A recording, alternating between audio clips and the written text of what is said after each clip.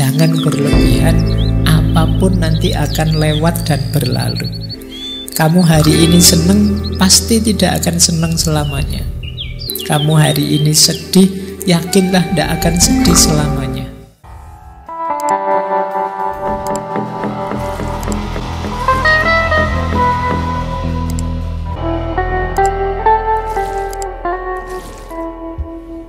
Assalamualaikum warahmatullahi wabarakatuh. Baik, langsung saja ya. Bismillah, kita mulai. Orang tahu diri itu adalah orang yang sadar bahwa masih sangat banyak hal yang belum dia tahu. Ini penting, rasa tidak tahu itu. Jadi kita ini kan sering lebih merasa tahu apa-apa. Justru kata Sokrates, harusnya kita lebih merasa tidak tahu apa-apa. Kenapa? Ketika kita merasa tidak tahu, berarti kita akan belajar. Berarti kita akan nambah wawasan baru, nambah ilmu baru.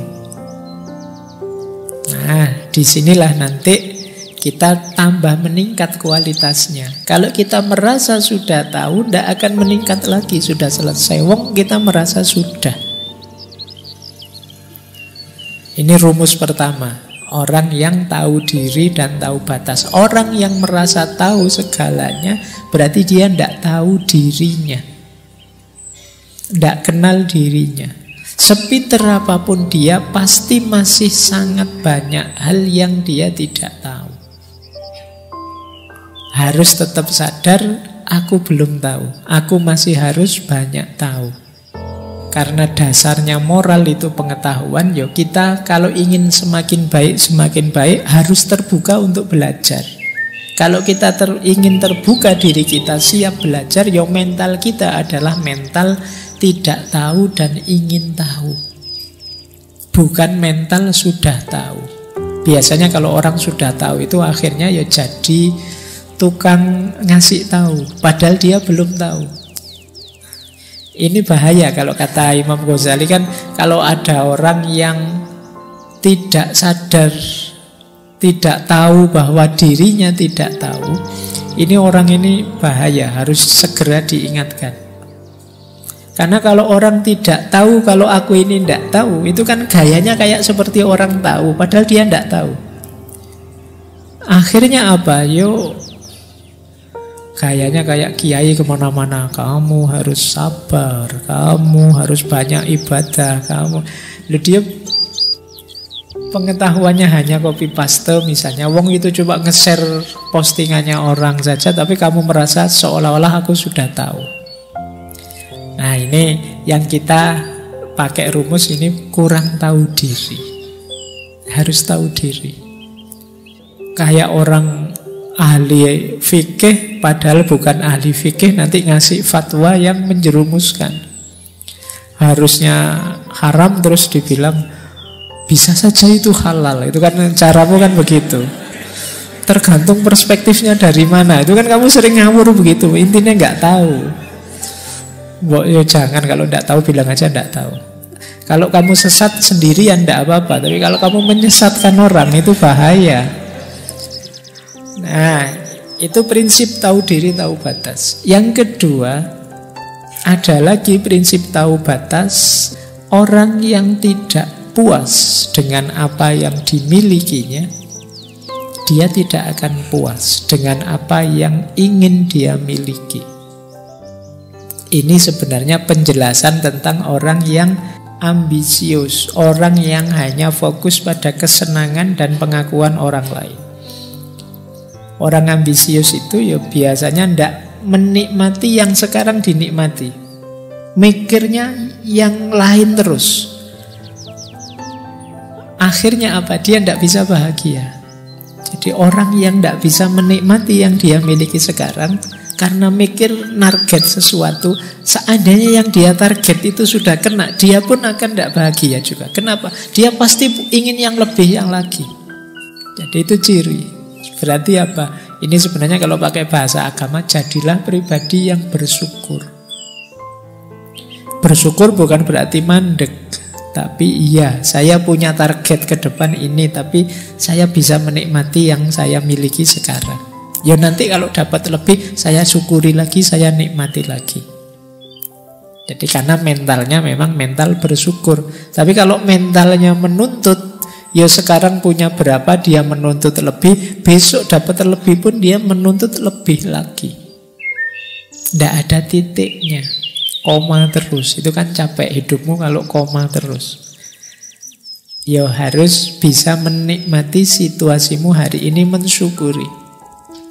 Sekarang jomblo, bersyukur, alhamdulillah Pak, tidak ada yang ganggu. Besok mungkin dapat pasangan, alhamdulillah, sekarang tidak sendirian lagi. Jadi kalau kamu jomblo mikir gimana dapat pasangan, kamu tidak bahagia sekarang, mungkin besok juga tidak bahagia. Begitu dapat pasangan, bayangan saya tidak kayak gini loh Pak, punya pasangan itu. Ternyata beda.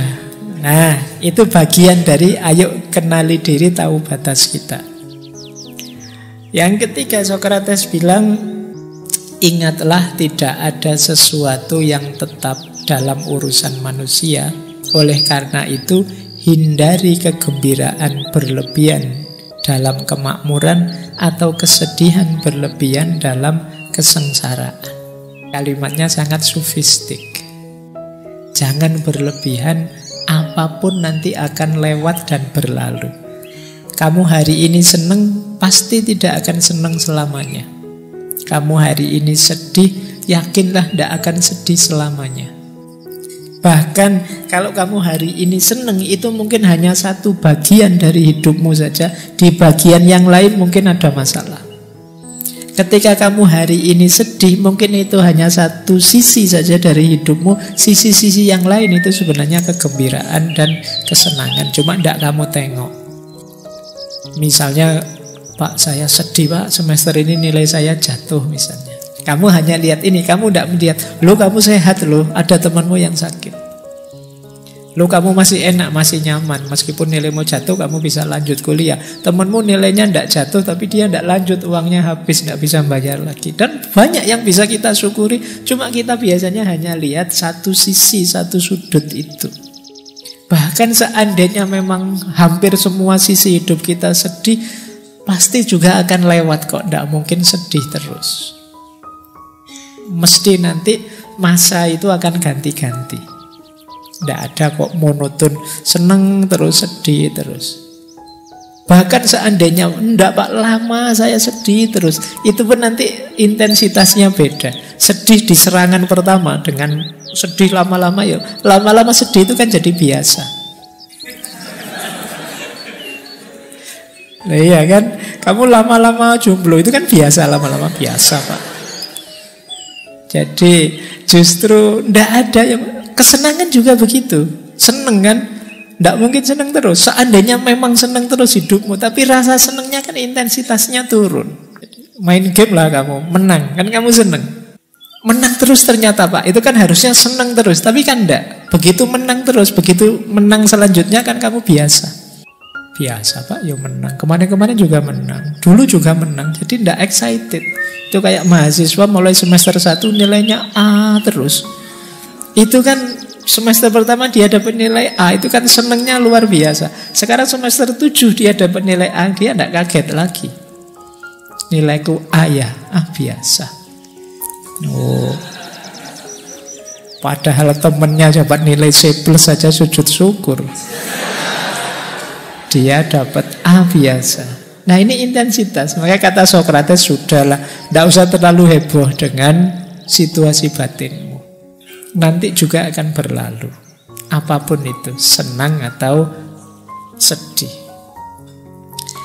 Kalau yang terakhir ini mirip dengan yang tadi. Rahasia kebahagiaan itu tidak ditemukan dalam mencari lebih banyak, tetapi dalam mengembangkan kemampuan untuk menikmati yang sedikit.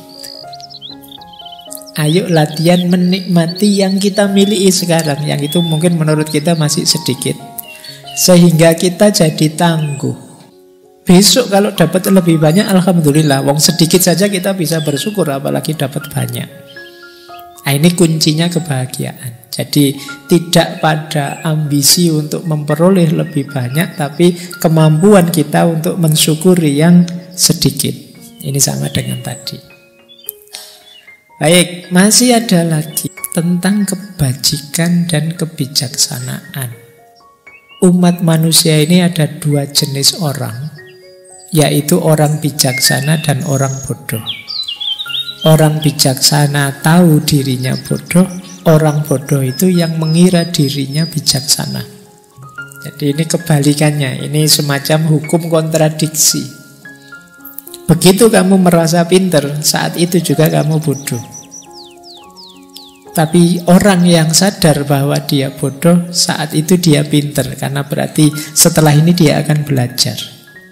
Baik, jadi kalian ya kalau di level kesadaran, sadarilah bahwa masih sangat banyak hal yang kita belum tahu, maka kesadaran kita adalah kesadaran belum tahu dan ingin tahu. Saya kira itu untuk malam hari ini. Kurang lebihnya mohon maaf. Wallahul muwaffiq, wallahu a'lam bishawab. Wassalamualaikum warahmatullahi wabarakatuh.